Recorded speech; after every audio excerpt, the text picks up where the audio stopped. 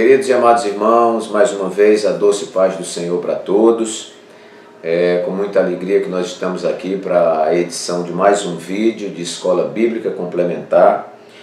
E nesta ocasião, e é admirável como o tempo passa tão rápido, nós já encerramos aquela lição sobre batalha espiritual e agora estamos iniciando aí uma nova etapa, onde iremos estudar sobre o tabernáculo. Esta lição que você está vendo aqui, nós estamos mostrando. Nós vamos estar ocupados então no mês de abril, maio e junho nesta lição, que é do segundo trimestre de 2019, lição publicada trimestralmente pela Casa Publicadora das Assembleias de Deus.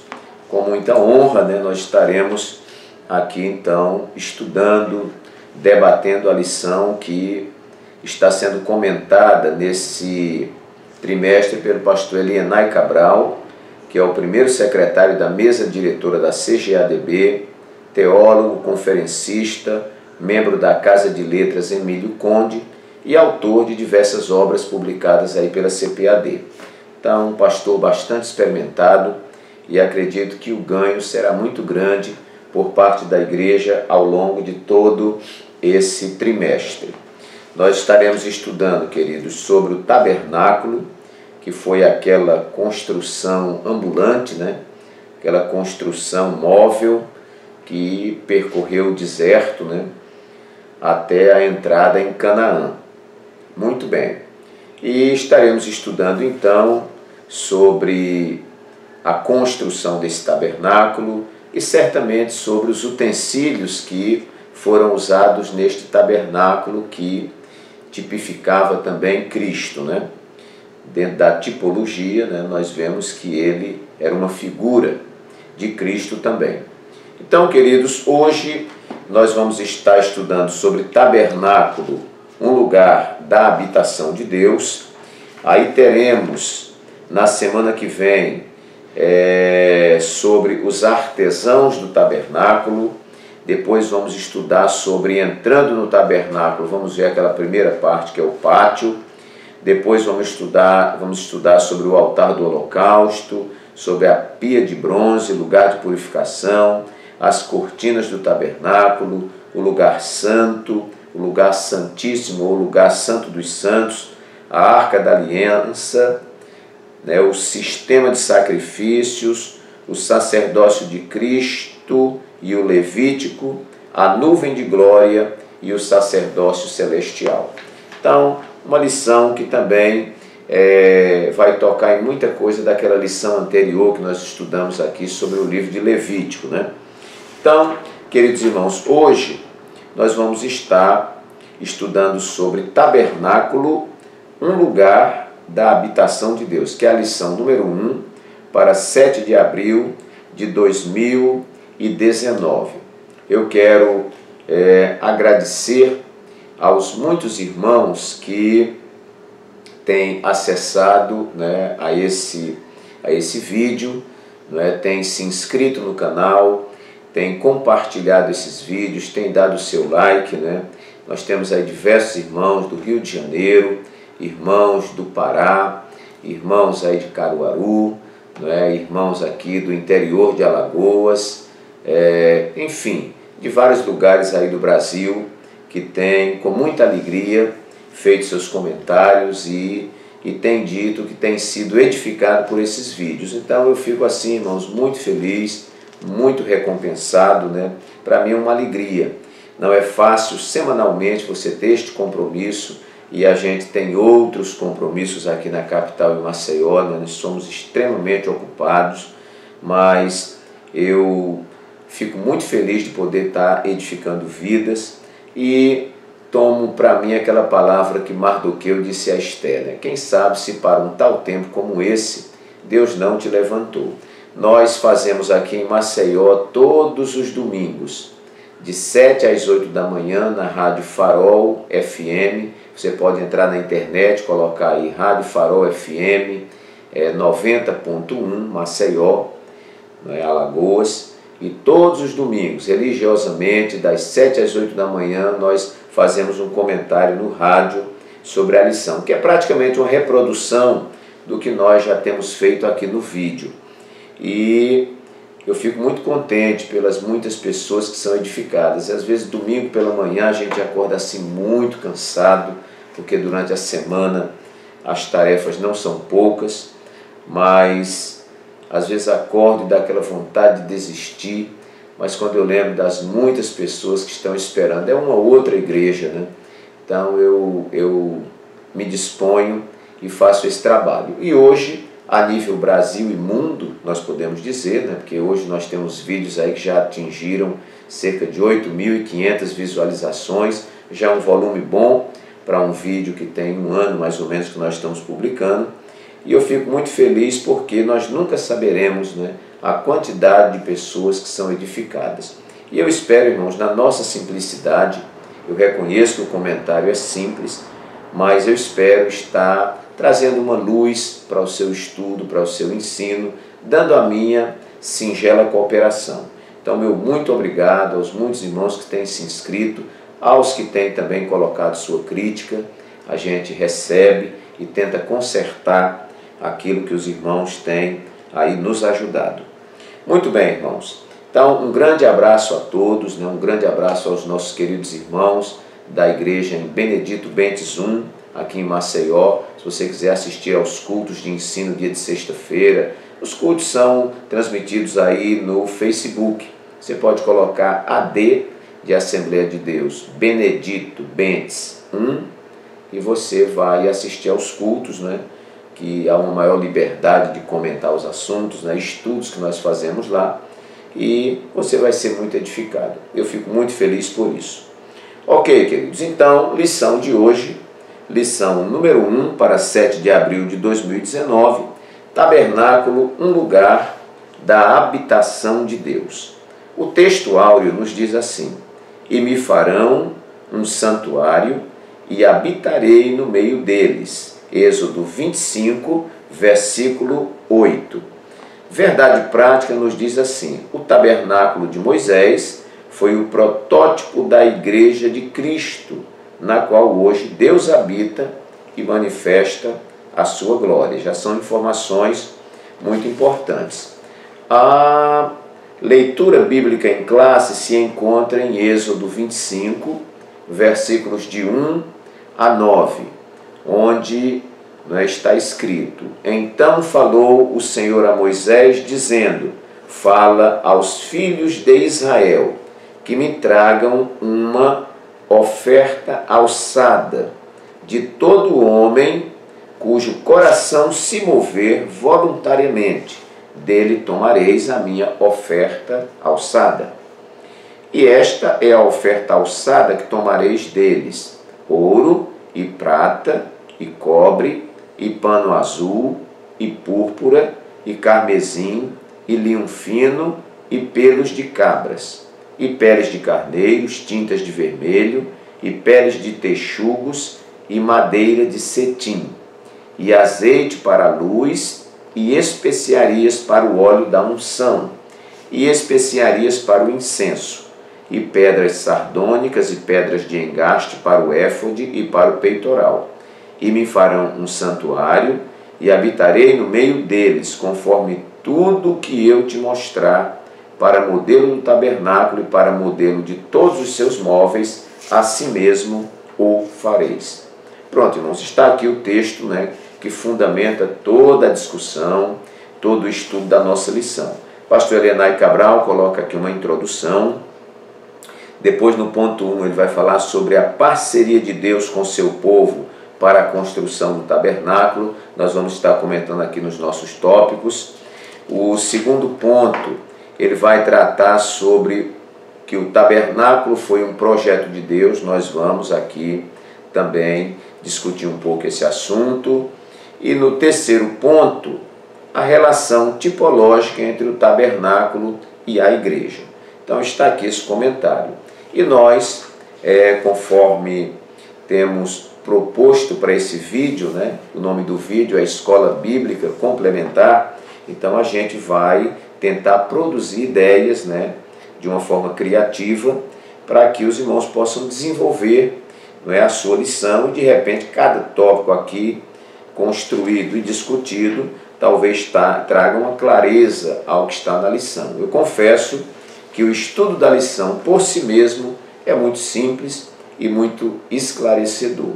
Então a gente vai tentar colocar alguma coisa e abrir esse leque de discussão dessa lição. Então, tabernáculo, um lugar da habitação de Deus. A primeira coisa que eu anotei aqui, irmãos, e que vale a pena discutir na sala, é que este lugar construído, ele foi feito conforme as instruções de Deus. Isto é básico da vida cristã, da vida daquele que se relaciona com Deus, não é? A obediência. Então vejam que Moisés, mesmo tendo sido criado lá com a filha de Faraó, ele tendo desfrutado de todas as ciências, né, da época do Egito, que o Egito era a superpotência do mundo, né, ele depois passa por um processo, eu digo até que um processo de desconstrução, porque ele sai do palácio depois que assassina aquele egípcio e ele foge, né, lá para Padan Aram, para aquela região lá de Arã, né? Ele foge para lá e, estando lá, ele passa 40 anos no deserto, longe de toda essa informação, longe de toda essa cultura, vamos dizer, do Egito. Então, Deus ali praticamente desconstrói, não aquilo que Deus vai utilizar na vida de Moisés, mas muita coisa que Moisés de repente adquire, quem sabe soberba e essa vaidade, essa coisa toda. Deus desconstrói tudo isso, né? Ele vai ser um mero pastor de ovelhas. E quando ele pensa que não é ninguém, Deus o chama para uma grande obra. E quando Deus chama Moisés, porque Moisés ele sai do Egito com o povo e eles têm uma parada muito longa aos pés do Monte Sinai. E neste Monte Sinai, Moisés sobe até o monte, recebe as tábuas da lei e recebe as instruções, né, sobre o procedimento e o comportamento do povo no deserto. Na realidade, Deus estava tirando esse povo do Egito e agora eles entrariam no deserto para depois chegar em Canaã, porque nós não podemos ter Canaã sem deserto. Primeiro vem deserto, para depois Canaã. O deserto foi um lugar onde Deus educou o seu povo. O deserto foi um lugar onde Deus disciplinou o seu povo. O deserto foi um lugar onde Deus construiu uma história com o seu povo. Então nós podemos dizer que deserto é lugar de pedagogia de Deus, lugar de ensino de Deus. E quando eles entram nesse deserto, irmãos, a proposta de Deus agora é construir uma nação. Porque entrou no Egito a família de Jacó. E essa família cresceu, prosperou, não é? E se multiplicou a ponto de incomodar Faraó. Mas Deus agora estava tirando o seu povo do Egito, rumo a Canaã, para cumprir a promessa que fora feita a Abraão, Isaque e Jacó. E quando eles atravessam o Mar Vermelho, tudo, e daqui a pouco lá na frente eles chegam no Monte Sinai, Deus então chama Moisés ao monte, o grande legislador Moisés, e vai passar para ele todas as informações necessárias. Dentre estas informações, a necessidade da construção de um tabernáculo. Então Deus fornece para Moisés as medidas do tabernáculo, quais seriam os utensílios do tabernáculo, quem elaboraria, não é, ou quem fabricaria as peças deste tabernáculo. No momento da desmontagem para a peregrinação no deserto, porque eles estavam peregrinando, estavam como nômades, né? Então parava aqui um tempinho, quando a nuvem andava, eles seguiam a nuvem. Então, em todo deslocamento era necessário que se desarmasse esse tabernáculo, não é? E onde houvesse a parada, ele fosse novamente armado. E Deus instruiu quais os levitas, não é, de que linhagem faria cada coisa ali no tabernáculo. Então, algo muito organizado que a gente vai estar estudando ao longo desse trimestre. Então, este lugar, em primeiro lugar, fora construído conforme as instruções de Deus. Não foi uma invenção de Moisés, não foi uma invenção de Arão, não foi uma invenção dos levitas. Vamos ver o tópico 2 e subtópico 2, que tem aqui uma palavra rápida. Tópico 2 e subtópico 2. Diz assim: o tabernáculo foi um projeto de Deus. Embora Moisés haja sido formado academicamente no Egito, nenhum item do tabernáculo era fruto de sua mente engenhosa e disciplinada, recebendo instruções diretas de Deus. Moisés persuadiu ao povo hebreu a construir o tabernáculo, pois este era um projeto celestial. Ponto. Então, irmãos, nós aprendemos aqui, né, que toda segurança é quando nós fazemos conforme o modelo de Deus e conforme as orientações de Deus. Até o versículo 9 da nossa leitura bíblica em classe diz que Deus falou para Moisés: conforme tudo que eu te mostrar, para modelo do tabernáculo e para modelo de todos os seus móveis, assim mesmo fareis. Não deveria haver questionamento, mas uma aceitação por parte de Moisés e, consequentemente, por parte do povo, em construir conforme o modelo de Deus. Na nossa vida espiritual, você quer ser vitorioso, ande conforme os modelos de Deus, conforme as instruções de Deus. Em segundo lugar, esse tabernáculo foi construído por pessoas devidamente credenciadas e capacitadas. Em Êxodo 36, de 1 a 3, nós vamos ver que Deus chama dois homens principais, porque haviam outros, né? Bezalel e Aholiabe, para que eles executassem com sabedoria o projeto de Deus. Então, irmãos, Deus tinha esse projeto, que era a construção do tabernáculo. Entregou o projeto a Moisés com todas as instruções, medidas, tipo de material, como deveria ser feito, né? As questões de aromáticas, vamos dizer, para o incenso, para o azeite, tudo com as medidas, tudo certinho. Deus deu todo o modelo, né, toda a instrução como fazer.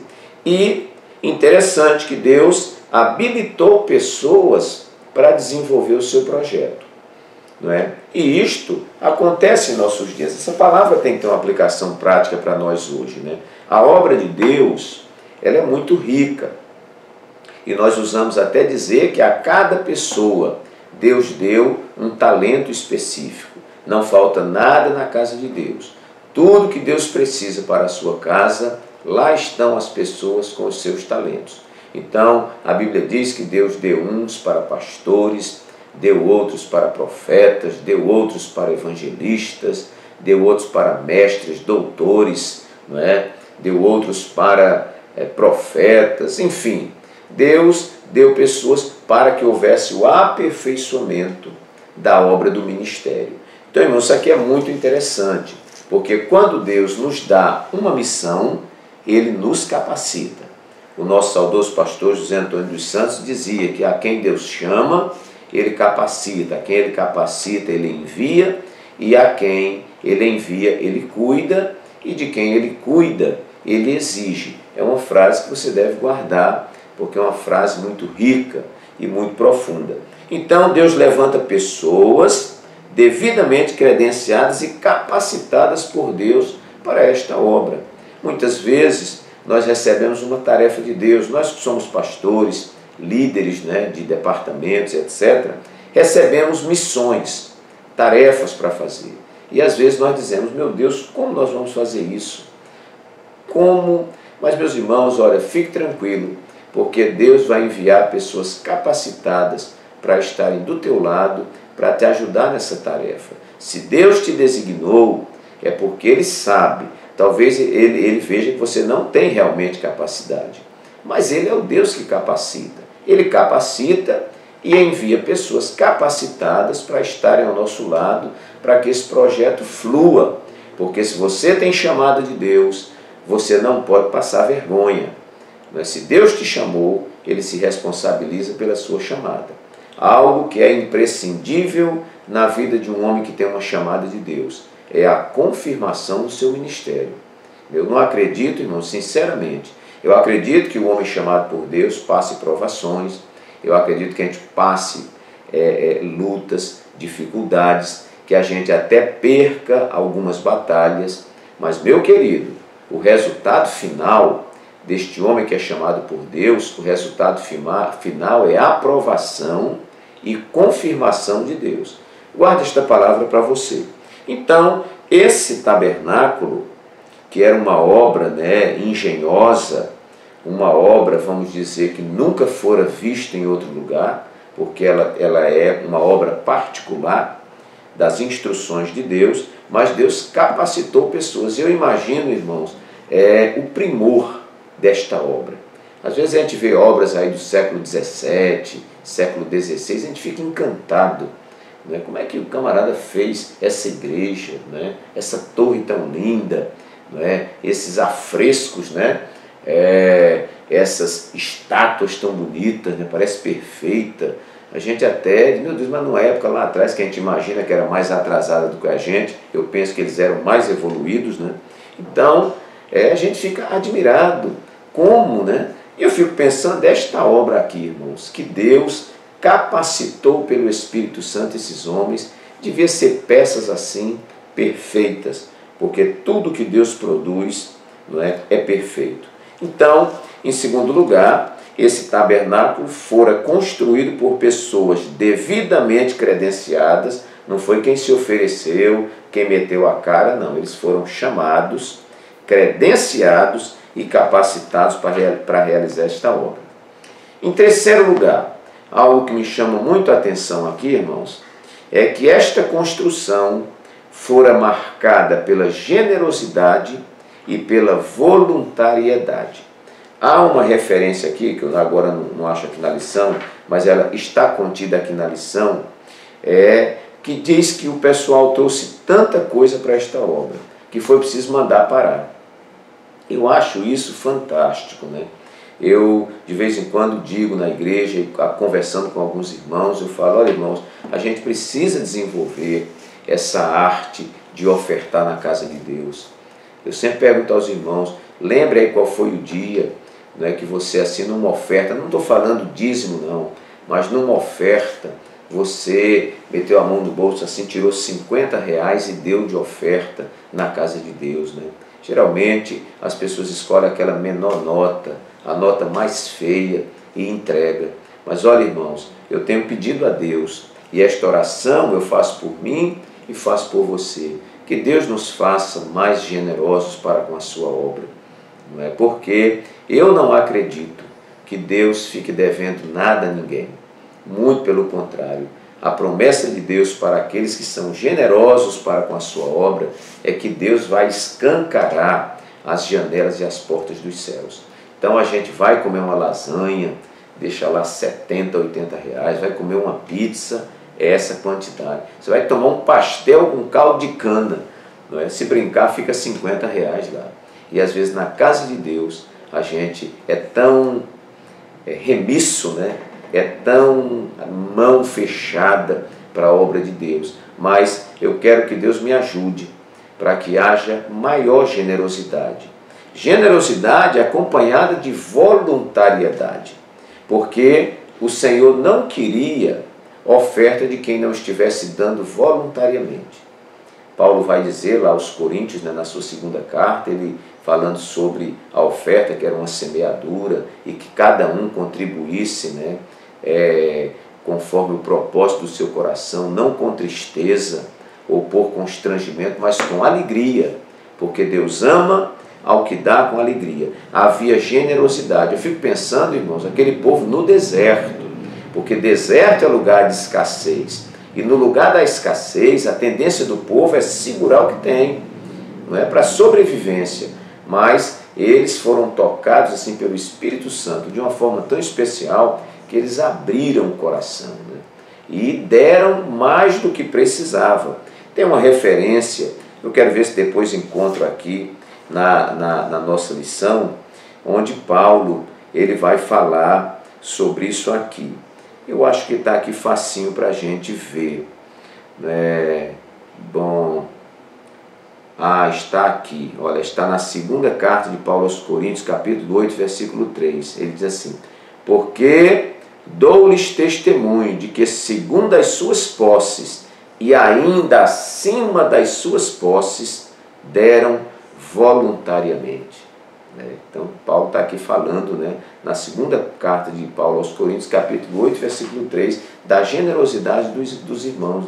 Nosso pastor saudoso, o pastor Zeneco, ele dizia assim: dá sem ter para dar. É interessante, é loucura, dá sem ter para dar.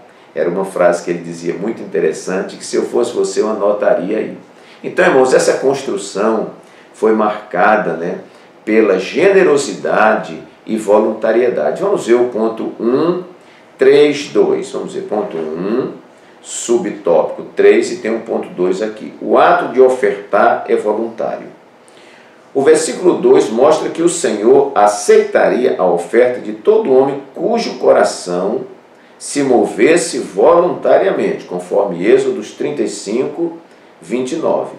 Deus conhece cada um dos seus servos e servas, por isso reconhece quem faz essa obra de maneira generosa ou egoísta. Jamais nosso Senhor aceitaria ofertas por coação, mas Ele deseja ver em nós uma atitude voluntária e amorosa. E aí vem esse texto de Paulo, que fala que os irmãos deram acima das suas possibilidades.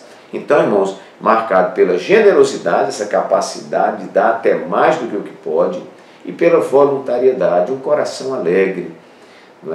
Eu tenho um amigo que ele sempre diz assim: olha, Walter, se a Bíblia não falasse nada de dízimos e ofertas, eu ainda daria, porque eu fui alcançado porque existia uma igreja, e outros contribuíram para aquela igreja que existisse, e por causa daquela igreja, eu aceitei Jesus.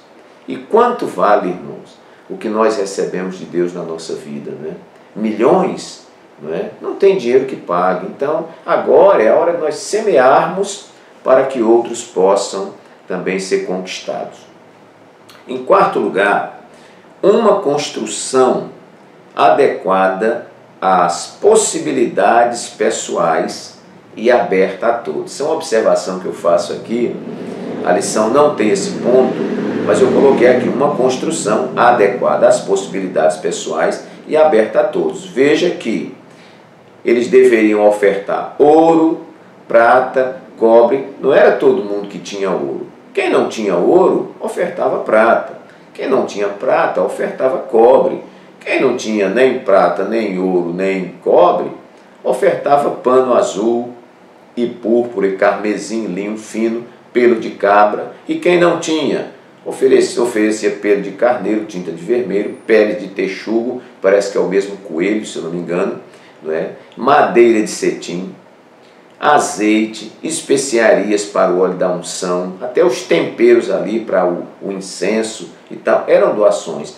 Pedras sardônicas, pedras de engaste para o éfode, para o peitoral, E, enfim, irmãos, cada um traria. O que não podia acontecer era alguém ficar de fora.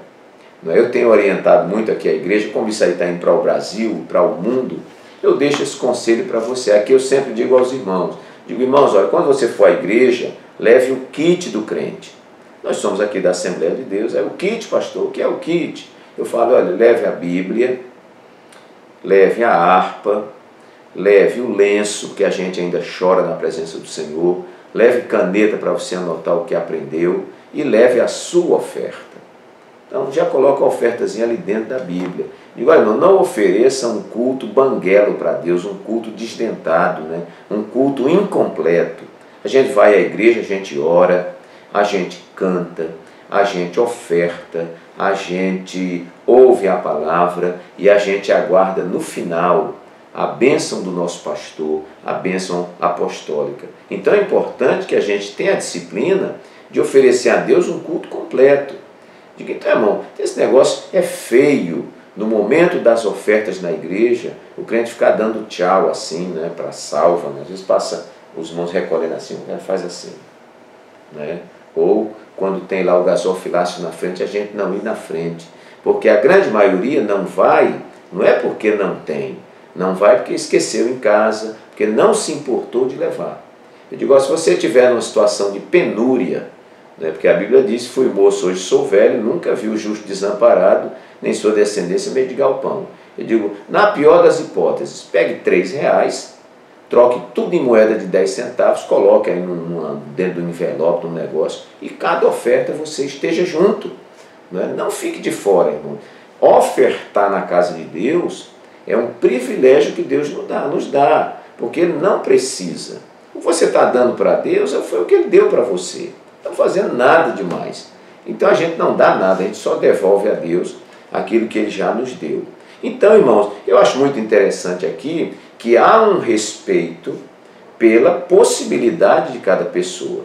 Ora, Deus não pede ouro de todo mundo, não é todo mundo que tem ouro. Não pede prata de todo mundo. Quem tem ouro leva ouro, quem tem prata leva prata, e faz como a viúva lá que levou 2 moedinhas. Era um valor, não é? Ali do dinheiro, pouca coisa, mas a Bíblia diz que era todo o sustento da mulher. Então, às vezes, R$5 para mim tem um peso, R$100 para você tem outro peso, para mim tem outro peso. Então, nós contribuímos para a obra de Deus conforme a nossa prosperidade. E aí eu guardo a frase de alguém com muita sabedoria que diz, tenha muito cuidado para que Deus não dê uma renda para você conforme a sua oferta. Que Deus me livre, né? Porque às vezes a prosperidade que Deus nos deu foi gigantesca e a nossa generosidade é curta. Então, irmão, conforme a sua prosperidade, Deus não quer nada seu que venha lhe fazer falta. E tudo que nós damos para Deus, nós nunca teremos falta, porque Ele nos dará muito mais. Então, nós vemos aqui que essa construção, não é? O ofertar era adequado às possibilidades pessoais e aberto a todos, porque se quem tinha muito podia dar e quem tinha pouco também podia dar, todos poderiam dar. Ok. Em quinto lugar, uma construção reservada ao encontro Deus-homem e homem-Deus. Este tabernáculo, os irmãos sabem que ele ocuparia um local ali no acampamento, e ali era um local de encontro, não é? Porque aquele tabernáculo simbolizava ali, né, a presença de Deus no meio do povo, né? E Deus se manifestava ali. Então, o fato dos homens irem até esta tenda da congregação, até este tabernáculo, menos podendo chegar às vezes até um pátio ou alguma coisa, mas ele tinha um encontro. Era um momento de encontro entre Deus e o homem, entre o homem e Deus. Assim como hoje, não é? O templo que nós congregamos é um lugar de encontro entre o homem e Deus, Deus e o homem. Eu falei num vídeo aí passado que tem surgido algumas ideias, né? Até dos desigrejados, né? Que dizem que não interessa essa questão de você ter uma igreja, com um templo para congregar, de você ter pastor, de você ter essa estrutura, porque não precisa disso. Ele vai ser crente sozinho em casa, lendo a Bíblia, não é? E tudo, mas não é assim que nós temos aprendido. Havia esse lugar, não era cada um fazendo culto na sua tenda, não. Havia um lugar central, onde eles se dirigiam para ter esse encontro com Deus, não é? E esse encontro de Deus com o homem. Não obstante, irmãos, todos nós sabemos que ainda havia uma parede de separação. Porque nós vamos ver que na constituição do tabernáculo, nós temos o pátio, nós temos o lugar santo já dentro da tenda, e temos o lugar santo dos santos. Naquele lugar santo dos santos, onde a glória de Deus se manifestava sobre o propiciatório, que estava sobre a arca, somente o sumo sacerdote, uma vez por ano, poderia entrar ali. Então os homens não tinham acesso.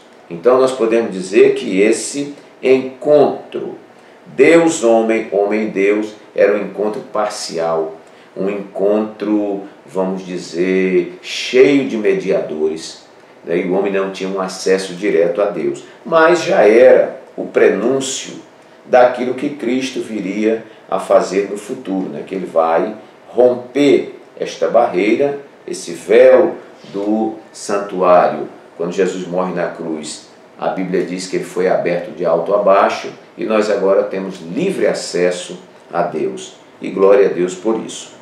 Em sexto lugar, uma construção na parceria Deus-homem.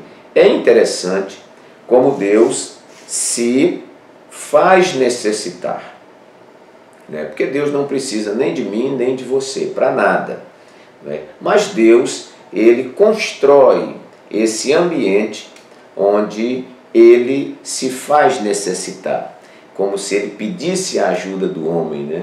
Mas na realidade não é que Deus precisa da ajuda do homem, né? Deus está nos dando o privilégio de nós compartilharmos com Ele. É como dizer assim: meu irmão, vamos ofertar na casa de Deus. Deus não precisa do meu dinheiro nem do seu dinheiro, porque a Bíblia diz que Ele é dono da prata e do ouro. Ele só é dono de todo o universo, né? Então, Deus não precisa, mas Ele constrói como que um ambiente de carência. Ele se auto faz necessitar, né? Para que a gente possa ter esta participação para a glória dele e edificação do nosso nome, e edificação das nossas vidas. Então, uma construção na parceria Deus e homem. Deus forneceu o modelo, forneceu as instruções, mas Deus não disse faça-se como fez na construção do mundo. Deus orientou a pessoas que fizessem esta obra. Assim como hoje, né, irmãos? Hoje, eu digo sempre que nós vivemos alguns equívocos. Há muita gente querendo fazer o que só Deus pode fazer. Isso é um equívoco. Você nunca vai conseguir fazer, meu irmão, minha irmã, aquilo que está reservado para Deus fazer. E também um segundo equívoco que nós vivemos é quando queremos que Deus venha fazer aquilo que nós temos que fazer. Então, queridos, a regra é mais ou menos o seguinte: fique tranquilo que Deus não vai deixar nunca de fazer o que Ele tem que fazer. Agora, nós é que precisamos rever as nossas agendas e ver se nós estamos fazendo o que temos que fazer. Eu disse à igreja esses dias, nós vamos agora reservar, terminou o culto 9 horas, nós vamos nos ajoelhar até 9h15 e vamos orar, 15 minutos de oração, já estamos fazendo 10 em casa, não é? Trancando a porta do quarto, irmão, todo mundo, 10 minutos dentro do quarto, orando ao Senhor. Eu penso, irmãos, se esse negócio pega no Brasil e pega no mundo, eu creio que a gente entra aí para um tempo de avivamento, né? Porque alguém vai dizer, mas pastor, 10 minutos é melhor do que nada. Tem gente que não está orando nem para almoçar, nem para jantar, nem para dormir, nem para acordar, nem para coisa nenhuma. Então você tem 10 minutos, né, orando ao Senhor, quem sabe Deus não constrói no seu coração a disposição de orar, de jejuar e de você ser mais efetivo na obra de Deus, não é? Então, meus queridos, nós não podemos querer que Deus faça o que nós temos que fazer e nem podemos atravessar ou tentar atravessar a fronteira para fazer o que Deus tem que fazer. Deus nunca vai deixar de cumprir a sua agenda. Agora, nós é que temos que fazer essa leitura. Então eu dizia sobre a nossa igreja. Digo, irmão, Deus não tem deixado de fazer nada do que Ele tem que fazer. Agora, nós é que temos que rever se nós estamos fazendo o que temos que fazer. Nós estamos orando, nós estamos jejuando, nós estamos lendo a Bíblia, nós estamos frequentando as escolas dominicais para aprendermos mais de Deus, nós estamos indo aos cultos de ensino, nós estamos evangelizando, né? Pelo que me consta, nós é que temos deixado de fazer o que temos que fazer. Então, na construção desse tabernáculo, nós vamos ver que houve uma parceria. Veja o ponto 1, tópico 1 e subtópico 2, que diz assim: o projeto de Deus teve origem no céu e se materializou na terra por meio de seus filhos. A construção do tabernáculo se efetivou mediante a participação do povo de Deus através de ofertas alçadas, voluntárias, como ouro, prata, cobre, pano azul, púrpura, carmesim. A obra de Deus requer parceria humana. Então veja só, coisa interessante. Então não só irmãos, essa parceria na questão do ato de ofertar, mas também na própria construção, que nós falamos o nome aqui dos dois principais, né, que estiveram nessa construção, né, o Bezalel e a Aholiabe, que participaram dessa construção, homens dotados de sabedoria do alto para esta construção. Ok. Sétimo lugar, uma construção tipológica e provisória, né? Como era tipo, não era o antítipo, então ela também é provisória. Esse tabernáculo não duraria para sempre, né? Quando Jesus vem ao mundo e ele cumpre, né, todos os ritos sacerdotais, né, e ele chega a fundir nele mesmo, né, o sacerdócio e os utensílios ali do tabernáculo, então essas coisas perdem o sentido. Hoje nós não precisamos mais de arca dentro do templo, nós não precisamos mais daquelas lâmpadas, né, menorá que eles chamam, né, com aquelas lâmpadas, os castiçais, não precisamos mais, não precisamos de uma mesa com os pães da proposição, não precisamos mais de altar de incenso, altar de holocausto, porque tudo isso era tipo. E em Cristo, que foi o antítipo, todas essas coisas se cumpriram. Se nós voltarmos a essas questões, nós estamos voltando aos rudimentos da doutrina e Paulo questiona isso aí. Então não precisa. Era uma construção tipológica e provisória, né? Ela tinha uma representação, não é? Que nós não vamos agora tratar cada ponto ali, que é muita coisa. E era provisória. Chegou o tempo em que Salomão construiu um grande templo, não precisou mais desta tenda. Nos dias de Jesus havia ainda o templo, mas quando Jesus morreu na cruz do Calvário, acabou, não faz mais sentido sacrifícios, É tanto que até hoje uma pergunta que está sem resposta, Por que os judeus que não reconhecem Jesus, por que eles não continuam sacrificando animais? Porque querendo ou deixando de querer, Jesus foi o cumprimento de todas essas coisas e não faz mais sentido matar ovelhas, matar bodes e matar cordeiros e etc. Oitavo lugar, uma construção que trazia Deus para o centro. Isto era magnífico, irmãos. Então, o tabernáculo estava no centro. E aí as tribos, como se aqui, não sei se está para ver aqui na minha mesa, como se nós tivéssemos aqui, o tabernáculo, e aqui nós tínhamos acampamentos de tribos de Israel ao norte, ao sul, ao leste e ao oeste. Então, o tabernáculo ficava no centro e ao redor do tabernáculo ficavam as tribos de Israel. Então, uma coisa linda, se você vê a configuração, vai ser como uma cruz, que creio que apontava para nosso Senhor e Salvador Jesus Cristo. Então, uma coisa interessante é que esse tabernáculo ocupava um lugar central. Tem um livro aí do Oscar, se eu não me engano, Scarzoni, ou Scarzoni, eu não sei como é bem a pronúncia.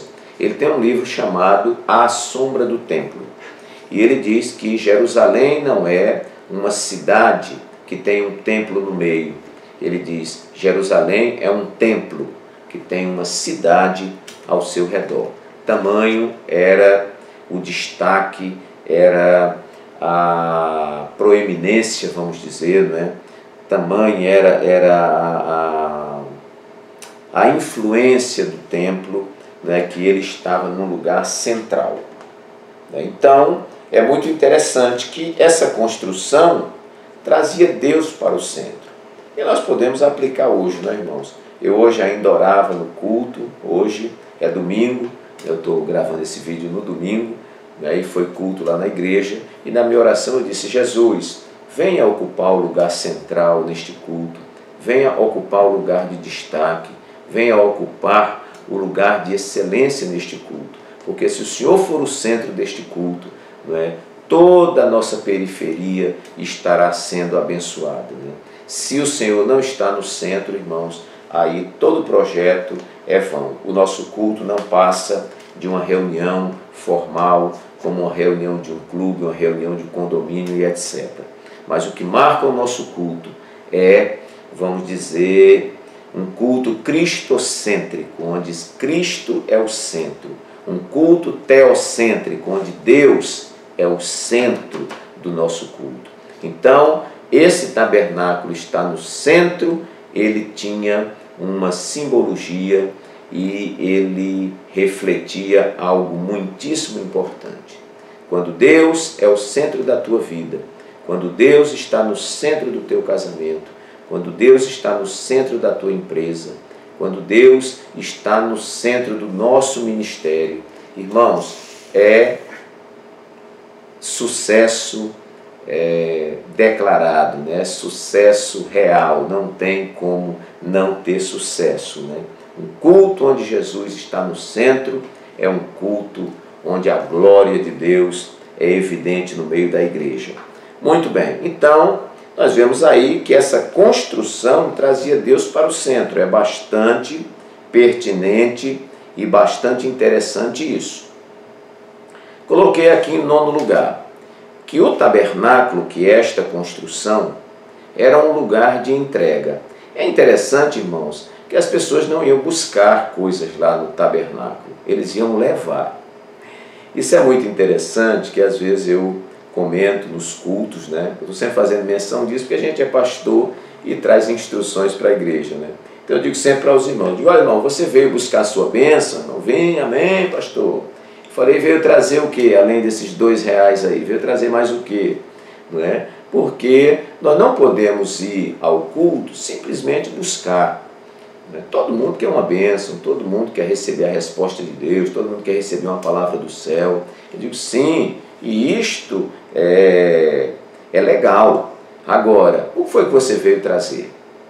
Porque quando você vai à casa de Deus, quando você vai ao templo, você não vai só buscar, você vai mais levar do que buscar. Inclusive você vai oferecer o seu culto a Deus. Essas pessoas se aproximavam do tabernáculo, trazendo cabritos, trazendo ovelhas, trazendo pombos, né? E eram ofertas, né? Os irmãos sabem que tinha oferta pelo pecado, tinha oferta de gratidão, tinha oferta que era pagamento de votos. Né? Então, esse tabernáculo construído como um lugar de entrega. Isso fala muito para nós hoje. Não é? Se nós formos ao culto, muito mais com a intenção de deixar alguma coisa lá, e eu digo sempre, às vezes, irmão, você não vai cantar, às vezes você não vai fazer uma oração lá na frente no púlpito, às vezes você não vai reger, às vezes você não vai tocar, mas alguém no culto está esperando por alguma coisa que só você tem. E às vezes é um aperto de mão, não é? Que você pensa que não é nada, mas um aperto de mão sincero, irmão, vale muito. Um abraço lá na casa de Deus, na igreja, às vezes pode ser o único abraço que esta pessoa vai receber ao longo da semana. Porque em casa não tem abraço, às vezes em casa não tem esse aconchego, não tem carinho, é um ambiente hostil, né, um ambiente de brutalidades, né, de incompreensão. Então na casa de Deus ele encontra esta comunhão, esta coisa boa. Né? Às vezes é um sorriso. Né? Tem pessoas, irmãos, que Deus deu a ele um dom de sorrir. Não é? E o sorriso dele afasta qualquer tristeza. Né? Às vezes uma pessoa, tem pessoas que eu digo sempre assim, irmão, parece até que você não tem luta, né? Porque eu vejo você sempre rindo, né? Então você não conhece tribulação. Aí a pessoa ri mais ainda, diz, pastor, se o senhor soubesse. Mas aquele sorriso, irmão, tem alimentado tantas pessoas. Né? Eu espero que você, na sua simplicidade, que pensa que não tem valia nenhuma na casa de Deus, eu quero dizer para você, profeticamente, nesta noite, estou falando aqui à noite, né? Mas neste dia aí para você, que você é muito valioso para Deus e que você tem alguma coisa que as outras pessoas não têm, só você tem. E você pode oferecer isto na casa de Deus. Eu estive em Belo Horizonte, não sei se já contei esse testemunho aqui, e conheci um irmão, e ele me disse, olha pastor, aqui na igreja tem um irmão, que o ministério dele é distribuir bala depois do culto. Aqui termina o culto, ele vê um irmão assim que está um pouquinho triste, ele tira uma balinha do bolso e diz, meu irmão, quer um presente? Aí o irmão olha assim, diz, um presente, eles tomam uma bala, né? Aí dá uma balinha, e a pessoa sorri. E eu fiquei pensando, meu Deus, mas isso é um ministério? Mas depois Deus falou no meu coração, olha meu filho, tem pessoas que vão à igreja só fazer raiva e fazer os outros chorarem. Esse homem dá uma bala, mas quem está triste muitas vezes volta a sorrir. E olha que talento, olha que coisa maravilhosa. Então esse irmão, às vezes não foi nem buscar nada, mas foi deixar alguma coisa para alguém. Deus te abençoe, eu fico feliz porque Deus está falando com você. Em 10º lugar, o tabernáculo foi uma construção que era um lugar de propiciação.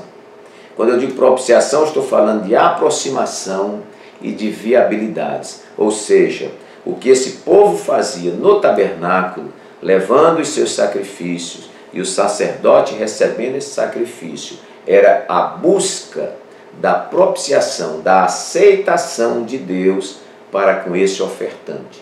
E não era na completude, porque isso ia acontecer em Jesus, mas ali já era o prenúncio, né, da propiciação feita por nosso Senhor e Salvador Jesus Cristo. Então esse é o tabernáculo que nós vamos estudar e que eu espero que você seja muito edificado. Ficam aí esses 10 pontos, irmãos, que espero ter enriquecido o seu coração e o seu conhecimento, né?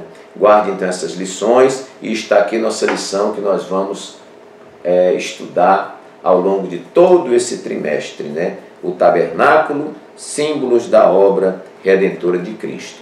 Se você gostou desse vídeo, veja logo aí embaixo, né? Você vai ver inscrever-se, né? Você clica aí e vai aparecer um sininho. Não se esqueça de clicar no sininho também, porque você ativa as notificações. Aí tem uma mãozinha assim, você clica ali também, que é a sua opinião. Uns clicam na mãozinha para baixo, né, que é o dislike, né, que não gostaram, tudo bem, não tem problema, mas você pode clicar lá na mãozinha, dando ok, e também compartilhar esses vídeos, né, você sempre tem uma rede de amigos, né, e eu creio que você vai estar fazendo um bem, porque nós podemos dizer, modéstia à parte, que você está recebendo uma palavra sadia, uma palavra bíblica para a sua edificação espiritual. Então, compartilhe esse vídeo, né, dê aí o seu like e, enfim, lá embaixo coloque o seu comentário. Tem um lugar lá embaixo que você pode colocar o comentário. Eu tenho um pedido dos irmãos colocarem. Coloque a cidade de onde você é, né, e nós ficamos muito felizes por isso. Deus te abençoe. Até a nossa próxima lição, a 2ª lição. E se Jesus não tiver voltado, nós estivermos aqui na terra ainda, estaremos disponibilizando um novo vídeo para você. Deus te abençoe, um abraço carinhoso do pastor Walter Pereira e até a próxima.